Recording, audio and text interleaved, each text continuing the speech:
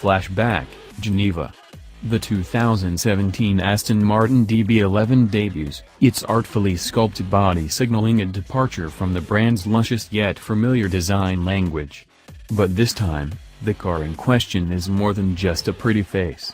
Beneath the gently arched bonnet is the first turbocharged engine in the Aston's 103-year-old history.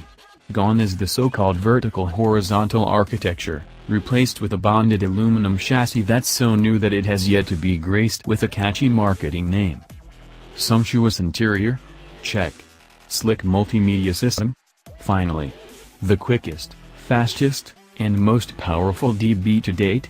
Hell yes. With radical changes coming in hot from Gaydon, the DB11 isn't just an all-new car, it's nothing short of a golden opportunity to reinvent the brand. There's so much new stuff in this DB9 replacement that the double integer leap in nomenclature seems justified. The DB10 was already taken by a certain spy from Blighty.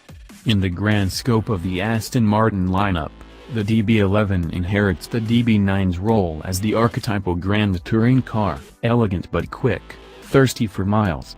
But as our wheel time revealed, it takes some time to comprehend the depth of the DB11 story.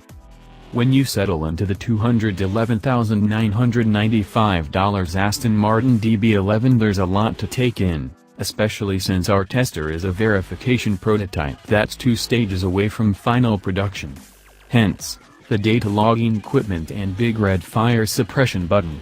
The engine has shrunk from 6.0 liters to 5.2, but now churns out 600 horsepower and a whopping 516 pounds-to-foot of torque at only 1,500 revolutions per minute thanks to those turbos. Aston claims 0 to 62 miles per hour in 3.9 seconds and a top speed of 200 miles per hour. The rear double wishbone suspension has been replaced with a multi-link setup for greater compliance. And the DB11 also gets Aston's first ever torque vectoring, via brakes, and electronic power steering system. The prototype car is a visual paradox, with its camouflaged exterior contrasting with the delightfully gaudy baby blue leather interior, made from extra trimmings of hide. In terms of development, the car is about 85% there according to Aston Brass. Disclaimer: this car's traction control system is only about 70% complete, and the torque vectoring feature isn't active on this particular car. The big V12 fires up with a full-sounding rush of exhaust, though the tone isn't quite as naughty or shrill as the old naturally aspirated mill.